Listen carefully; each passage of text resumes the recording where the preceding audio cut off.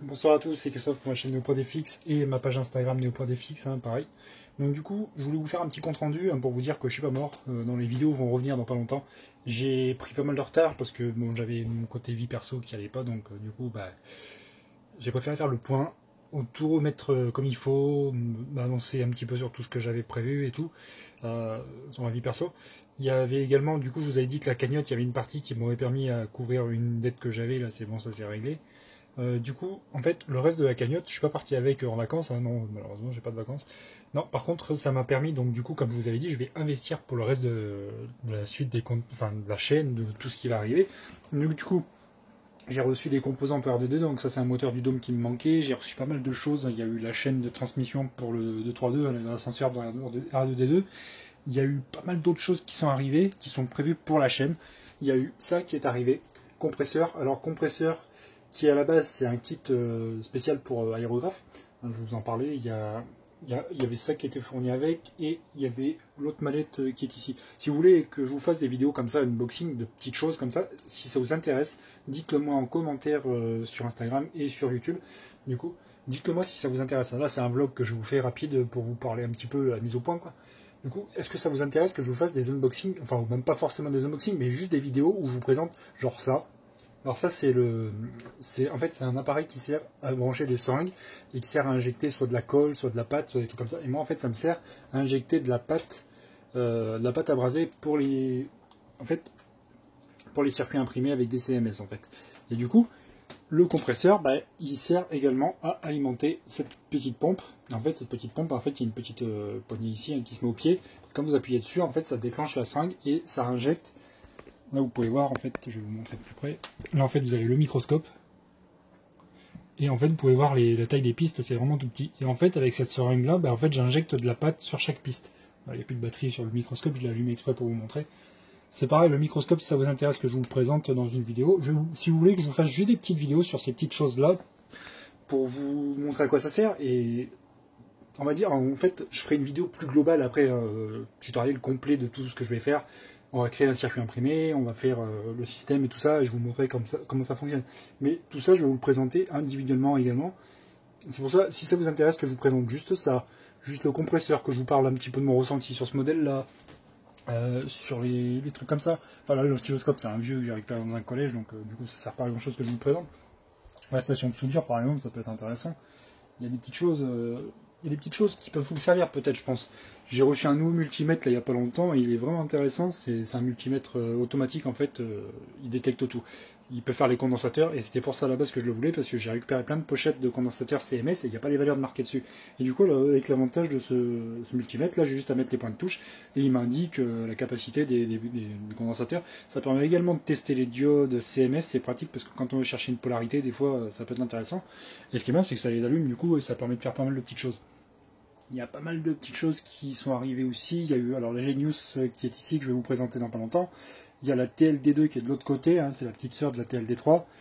Là, il y a la U20 Mix qui va dégager. En fait, c'est un prototype qui m'avait envoyé Gearbest et en fait, il m'a renvoyé la même, mais pas esquintée, parce que ça là, elle est complètement esquintée de partout. Il y a le plateau qui est rayé, les vis sont rouillées. Il n'y avait pas les TMC qui étaient prévus sur cette machine-là. L'écran, c'est pareil, il n'est pas fini. Il y a plein de trucs qui ne vont pas dessus. Et en fait, là, on m'envoie la version que j'aurais dû recevoir, c'est-à-dire la version finale pour vous tester, pour vous, quoi. Parce que je leur ai dit, si je vous présente celle-là, je pense que les gens, jamais personne va vouloir l'acheter parce qu'elle est pourrie. Franchement, elle a plein de problèmes. Donc j'aurais dit, j'espère pour vous que vous m'envoyez vraiment une version finale parce que sinon, ça va chier, quoi. Donc voilà. Donc, qu'est-ce que je voulais dire d'autre? Il y a la VoxLab aussi, que j'ai la vidéo à vous finir, qui va arriver. Il y a plein de projets qui arrivent. Il y a le Raspberry Pi Pico que j'ai reçu, parce qu'en fait, je vais aussi vous rajouter du microcontrôleur. Je vais mettre de l'Arduino. J'ai plein de bouquins que j'ai commencé à potasser depuis pas mal d'années. Il y a pas mal de choses que j'ai appris à faire sur de l'Arduino. Mais il y a aussi le micro Python que j'ai envie de me mettre. Il y a pas mal de choses intéressantes que j'aimerais aussi apporter à la chaîne. Si vous voulez continuer la cagnotte, elle est toujours active. Si vous voulez rajouter encore, si vous voulez m'aider à continuer à... En fait, il y a le Tipeee. Il y a le Tipeee, mais l'avantage avec la cagnotte, c'est que c'est tout de suite. Ce qui veut dire que je peux utiliser l'argent tout de suite. Alors que Tipeee, si vous mettez de l'argent de maintenant, je ne pourrais pas l'utiliser le mois prochain, mais le mois d'après. Ce qui veut dire qu'en fait, j'avais eu 100 € au mois de décembre, et en fait, les 100 € du mois de décembre, je les ai pas eu ce mois-ci. Je les aurai que fin du mois de février, en fait. Et du coup, c'est super long pour travailler. Et du coup, en fait, l'argent du Tipeee, là, c'est pour acheter un Raspberry Pi 400. Le kit complet, c'est-à-dire qu'en fait, il y aura le clavier, le Raspberry Pi 4 à l'intérieur du clavier. Tout ça, je vais vous le présenter parce que ça peut être intéressant, ce truc-là. Ça permet de faire un ordinateur. Pour moins de 200 euros, vous pouvez faire un PC. Enfin, un PC complet avec un Raspberry Pi 4 à l'intérieur et qui vous permet de faire de la bureautique, vous pouvez faire plein de choses avec. Vous pouvez faire du micro Python, vous pouvez faire du Python, même du langage, vous pouvez faire du Scratch, vous pouvez faire des mini-jeux, vous pouvez faire plein de choses. Ça tourne sous Linux, quoi. C'est le système d'exploitation de Raspberry Pi, quoi. Et du coup, il y a quoi d'autre? Il y a pas mal de choses à vous présenter sur ça. Enfin, je veux dire, ça serait intéressant d'avoir un mini ordinateur, du coup, juste à l'atelier, enfin, du côté atelier, moi qui me permet. En fait, l'avantage d'avoir un petit truc comme ça, c'est qu'on peut se déplacer et puis l'embarquer avec nous. Et franchement, franchement, je vais vous le présenter. De toute façon, je vais vous faire des reviews sur plein de choses comme ça. Le Raspberry Pi Pico, là, je l'ai pris, c'est pour faire des trucs sur R2D2. En fait, je vais enlever l'Arduino et je vais partir sur du micro Python pour faire le codage. J'ai envie d'apprendre ça et j'ai envie de l'apprendre pour moi, en fait, à la base. Et tout ce que j'apprends, à la base de ma chaîne YouTube, c'était de vous le partager. Donc voilà. Donc l'aérographe, c'est pareil, je vais m'y mettre à fond, je vais potasser parce que j'ai vraiment envie d'apprendre à faire de l'aérographe pour peindre mes figurines, peindre mes objets même, peindre plein de choses. Enfin, je veux dire, ça serait le but, c'est vraiment d'avoir mon mini Fab Lab à moi et si un jour il y a des gens qui veulent découvrir tout ça et qui veulent apprendre avec moi, ce serait de prendre 2-3 personnes et puis de leur montrer, je sais pas, de faire des week-ends, des trucs comme ça, je sais pas, c'est faire un truc comme ça. C'était mon but à la base et c'est toujours mon but aujourd'hui. Alors, il y a pas mal de choses qui vont arriver. Un Gearbest m'envoie la Orture CNC, c'est la petite CNC, je sais plus comment elle s'appelle. Elle a un nom un peu bizarre, qui est un peu imprononçable là. En fait, c'est la CNC, c'est une petite CNC en 30 par 18. Normalement, ils m'envoient ça, parce qu'en fait, ça faisait un moment qu'ils faisaient plus rien, et en fait, c'est à cause du Covid, ils n'envoyaient plus d'échantillons ou quoi que ce soit de machine. Donc, du coup, là, ils m'envoient la petite CNC en 30 par 18 de Orture. Et normalement, je leur ai demandé aussi si je pouvais avoir la graveuse laser. Vu qu'ils l'ont arrosé à plein de youtubeurs, ils peuvent me l'envoyer à moi aussi, du coup. Et voilà.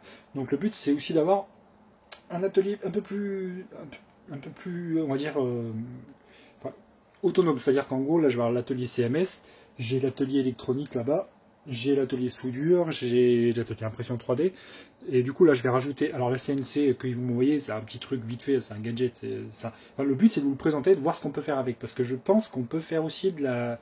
Enfin, il y en a plein qui ont vu qu'on peut faire de la gravure de bois. Mais moi, ce qui m'intéresse le plus sur ces petites machines-là, ça pourrait être de faire de la gravure de PCB. C'est-à-dire qu'en gros, avant de faire des gros PCB sur GLC PCB et d'attendre 3 semaines pour les recevoir, ça peut être intéressant de faire des petits prototypages juste en gravure à l'ancienne. C'est-à-dire qu'en gros, j'ai des petites plaques de cuivre que j'avais achetées il y a quelques années de ça, là, qui servaient à faire, soit on le faisait avec du perchlorure, soit on faisait avec la gravure, quoi. Directement sur la fibre de verre, en fait. Donc du coup, c'est pour ça que j'ai vraiment envie de tester toutes les capacités qu'on peut faire avec ce genre de machine. Et moi, je vous prépare un petit truc intéressant, c'est une CNC. Mais mon modèle à moi, design perso, enfin je vais créer ma CNC en fait. Parce que j'en ai un peu marre de ne pas avoir mon truc pour travailler dans l'atelier en bas, pour faire de la grosse découpe en fait. Donc du bois à la base, et si par la suite j'arrive à la perfectionner, peut-être faire un peu d'alu, mais ça serait surtout le bois en premier quoi. Donc voilà. Donc désolé si ça gigote pas mal, hein, je suis en mode trépied, enfin en mode poignet. On va dire, je fais un espèce de vlog vite fait, j'ai pas pris de micro ni rien, j'ai fait ça vite fait. Alors la D12, je sais même pas si je vais faire une vidéo, parce qu'en fait, travailler avec Wanao, ça m'a un petit peu dégoûté. Si Wanao regarde cette vidéo là, je suis désolé, mais moi ça m'a un peu dégoûté de bosser avec vous. Parce qu'au final, j'ai fait le firmware de la Wanao D9, au final, qu'est-ce que j'ai eu en remerciement chaque machine qui a été vendue, j'ai rien touché dessus, j'ai pas eu un seul centime.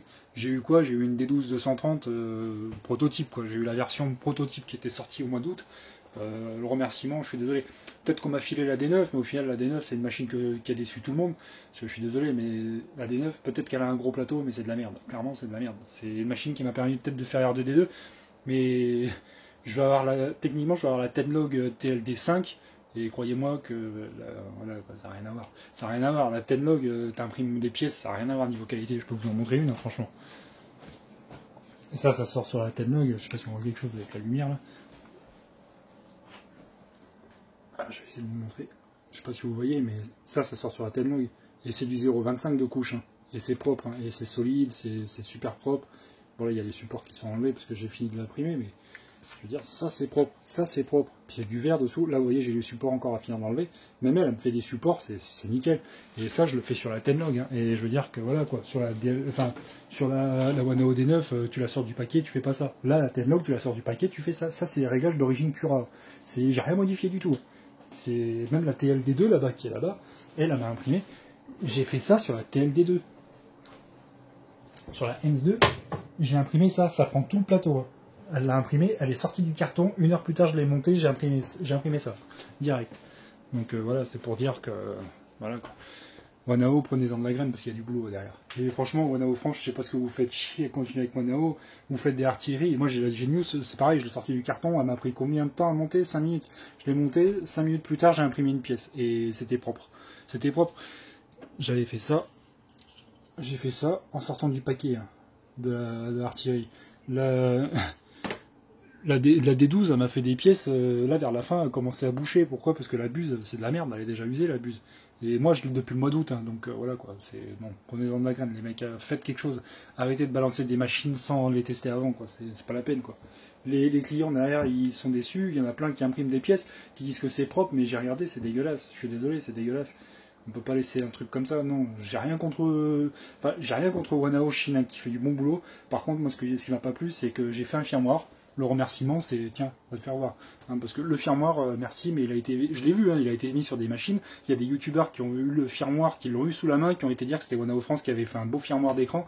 C'est Bibi, il y a marqué Néo.fx sur la vidéo du mec, quoi. Je suis désolé. Voilà quoi, non merci. Non, si les gars vous voulez continuer à bosser avec moi, vous me faites pas ça quoi, je suis désolé. C'est pas parce que j'ai que 7000 abonnés que pour vous je suis que dalle quoi. Je suis peut-être de la merde pour vous, mais pas pour moi, je suis désolé.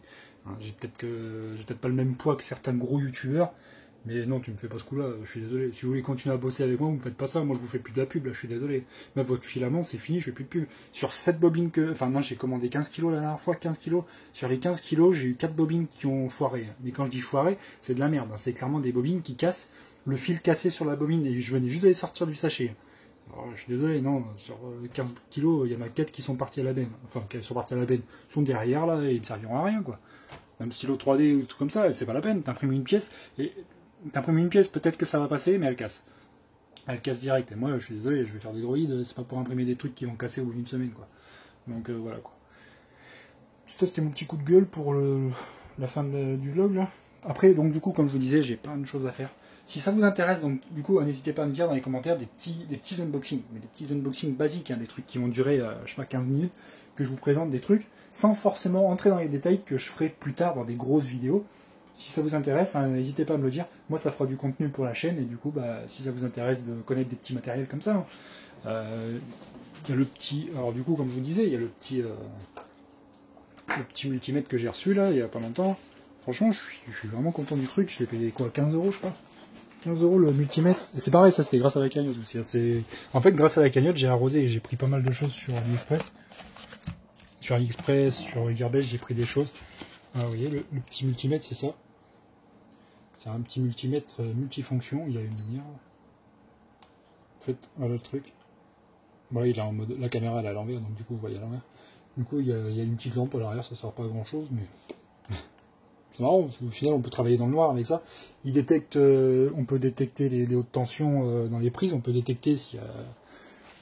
Allez, là en auto, je sais pas s'il va la détecter. Non, pas ici. Non, je crois qu'il faut se mettre en mode... Ah, c'est ça. Il faut se mettre sur le mode. Là, vous voyez, il détecte... Là, il vous met un H pour vous dire comme quoi il y a de la haute tension. Et j'ai regardé, il détecte même les basses tensions, ça vous le met en vert, et du coup, ça vous dit qu'il y a une basse tension. Là, du coup... Voilà, du coup, il bip. Et c'est pratique, parce que franchement, il y a un thermomètre intégré et tout ça. Enfin, je veux dire, je l'ai payé 15 balles, ça. C'est arrivé... je suis pris sur AliExpress, c'est arrivé Entrepôt.fr, je l'ai eu en une semaine. Et du coup, bah, il fait les condensateurs. Et ça, franchement, les condensateurs, c'est super pratique, parce que des vrais multimètres avec les condensateurs, c'est casse-couille de trouver. Là, j'en ai un gros, là, le rouge, là, que j'ai ici, là. Ça fait pas les condensateurs, ça fait des trucs de base, quoi. Ça fait juste la tension, l'ampérage et puis le ohmmètre, c'est tout. Il fait que ça, il n'y a même pas de thermomètre, il n'y a rien du tout sur celui-là. Et ça, c'était un truc d'Aldi, je crois que j'ai. Non, pas Aldi, Lidl. Donc voilà quoi. Voilà, donc si ça vous intéresse tout ça, on va faire aussi de la vidéo sur l'oscilloscope. Bon alors celui-là c'est un vieux, si jamais Tektronix ou OneTech ou n'importe qui regarde mes vidéos, si vous voulez me fournir des oscilloscopes plus récents, pas de soucis, hein, des trucs avec USB et tout comme ça, parce que bon ça c'est un TDS200, il me sert vraiment, il me sert pour pas mal de choses. J'ai vraiment des petites choses à faire dessus quand je fais des PCB, enfin là j'ai tout vendu ce que j'avais fait avec ça. Mais ça me sert, même le générateur de fréquences, des fois, pour tester des fréquences sur des robots, pour les moteurs, pour savoir à quelle fréquence le moteur se met à siffler ou des trucs comme ça peut être intéressant. Et il y a pas mal de choses. Vous voyez, par exemple, là, ici, si j'appuie sur le bouton, ça fonctionne. Tout ça, c'est des trucs que je veux vous présenter. C'est vraiment... ça, c'est les PCB de BB8. Alors ça, c'est les derniers que je fais. Après, j'arrête, parce que j'ai un peu envie de faire autre chose, quoi. Là, ça, c'est les PCB pour R2D2, hein, ceux que j'ai fait ici, là. C'est les LED pour R2D2, hein, pour le dôme. Tout ça, ça fonctionne, c'est pareil, ça fonctionne, mais j'ai pas fini, parce qu'en fait, je suis en train de tester MicroPython pour vous présenter ce que ça donne avec MicroPython. Et franchement, la simplicité du truc, vous tapez du code dans MicroPython, ça prend quelques secondes, vous testez direct, c'est en direct. Vous cliquez sur OK sur Windows, ça balance direct. C'est contrairement à de l'Arduino où il faut téléverser toutes les 5 secondes, toutes les versions. Enfin, il faut téléverser, il faut vérifier le code. Enfin, tout ça, c'est avec les bibliothèques et tout. Là, avec MicroPython, avec des sorties PWM et tout ça, ça va direct. C'est direct. Franchement, c'est direct. Excusez-moi. Du coup, je vais éteindre ça.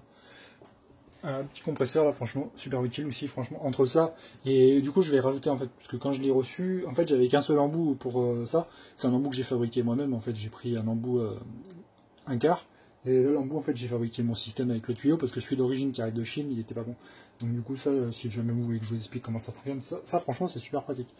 Ça je l'ai payé 40 € je crois, ce petit truc là, et franchement ça peut permettre de mettre de la pâte comme ça, mais vous pouvez mettre d'autres choses avec, hein. Vous pouvez mettre de la colle, si jamais vous faites des maquettes ou des trucs comme ça et que vous avez besoin de mettre des tout petits points de colle, ça peut vous servir par exemple. Super pratique, et du coup bah, le compresseur il va être, en fait je vais mettre plusieurs sorties pneumatiques à l'arrière là, en fait une petite broche avec plusieurs, pour pouvoir fixer les aérographes quand j'ai besoin, parce que là l'aérographe en fait à la base il est vissé, c'est-à-dire que si vous le dévissez ça vide l'air, donc du coup le but c'est de mettre que du pneumatique, comme ça au moins vous avez juste à cliquer et puis c'est bon quoi. Voilà. Donc je vais pas vous emmerder trop longtemps. C'était pour vous remercier aussi toutes les personnes qui ont participé à la cagnotte. Franchement, grâce à vous, j'ai avancé un grand coup. Parce que j'ai plein de choses qui sont arrivées, hein. Je vais vous présenter tout ça. Mais j'ai beaucoup de choses qui sont arrivées pour R2D2, il y a beaucoup de boulot à faire dessus. Du coup la motorisation, j'ai fait une vidéo sur Instagram où on le voit bouger avec la télécommande, ça fonctionne. Ça fonctionne, c'est super. Ah oui, si, c'est ça aussi, j'avais oublié de présenter. En fait, j'ai reçu plein de contrôleurs de moteur, en fait les citrons comme ça, j'en ai reçu plein. J'ai reçu le gros là qui est dans le R2D2. Ouais, il est en bas là. Je sais pas si je peux l'attraper pour vous montrer. C'est le gros contrôleur. Là c'est le Smart Drive Duo en fait en 30 ampères. Ça je vais vous le montrer parce qu'en fait vous avez juste à brancher un connecteur RC, en fait le contrôleur RC, et avec la télécommande RC vous pouvez piloter votre robot comme ça en 30 secondes quoi. C'est direct.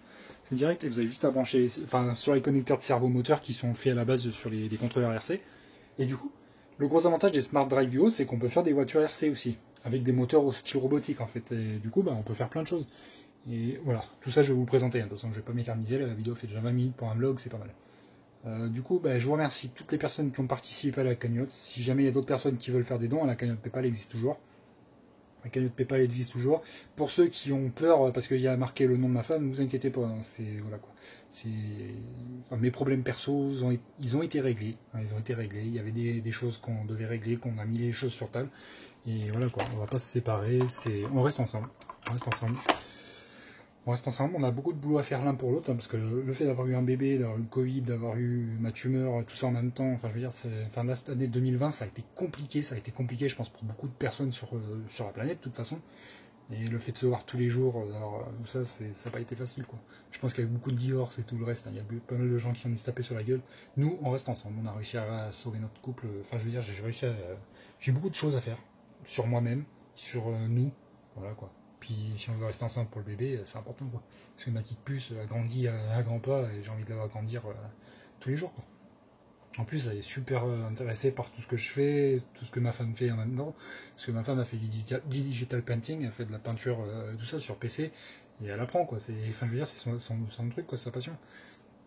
Donc voilà, et ma petite du coup, la robotique c'est pareil. Ah si, il y avait autre chose que je voulais vous dire, il y a une marque chinoise qui fait des robots éducatifs, qui m'envoie normalement un kit dans pas longtemps, là, enfin un robot pour enfants, c'est pour tester. Si jamais ça vous intéresse des vidéos comme ça, en fait j'ai vraiment envie de faire ce que NeoProd FX à la base est fait pour.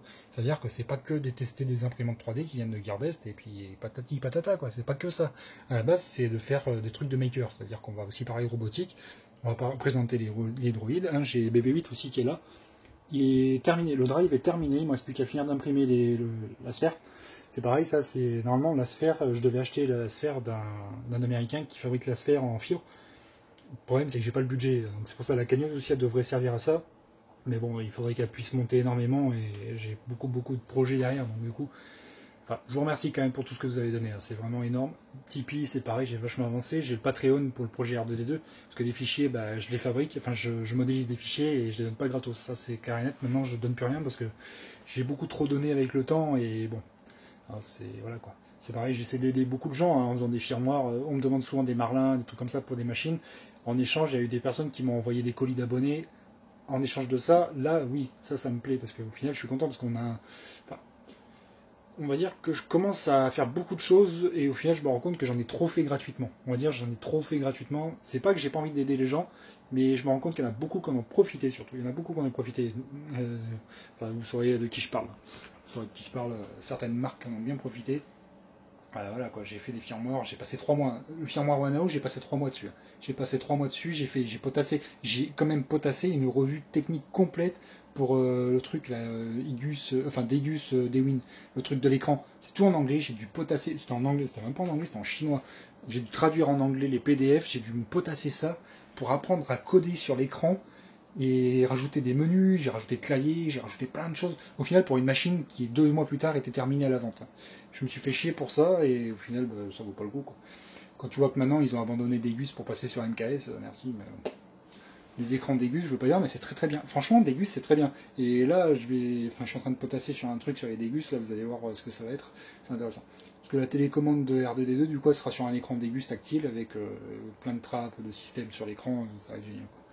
Voilà. Donc du coup, bah voilà quoi. Il y a les marques par contre qui valent le coup. Hein. Franchement, je fais une petite mention spéciale à Studio Lab 39, les gars qui achètent des Tenlog, franchement allez-y, hein. Franck il est super. Du coup il m'a envoyé la TLD2 là-bas, la Hens2, en fait moi je l'appelle TLD2 parce que c'est une TLD2 en fait, c'est une plus petite. Et du coup franchement il m'a remercié avec ça, pour la vidéo que j'avais fait sur la TLD3. Franchement, si je peux avoir la TLD5, je vais vous faire une méga vidéo dessus parce que ça va être une bombe. Ça va être une bombe et cette machine là il va falloir faire péter les ventes. Franchement, Studio Lab, il faut le faire vivre, ce gars-là. Franchement, Franck, il mérite ça, quoi. Voilà, quoi. Artillerie, c'est pareil, c'est pas Artillerie France hein, qui m'a envoyé ça. C'est pas Artillerie, je sais plus comment ça s'appelle, la 3D, je sais plus quoi. Ça, c'est Artillerie Chine. C'est les gars de chez. C'est les vendeurs officiels qui m'ont envoyé.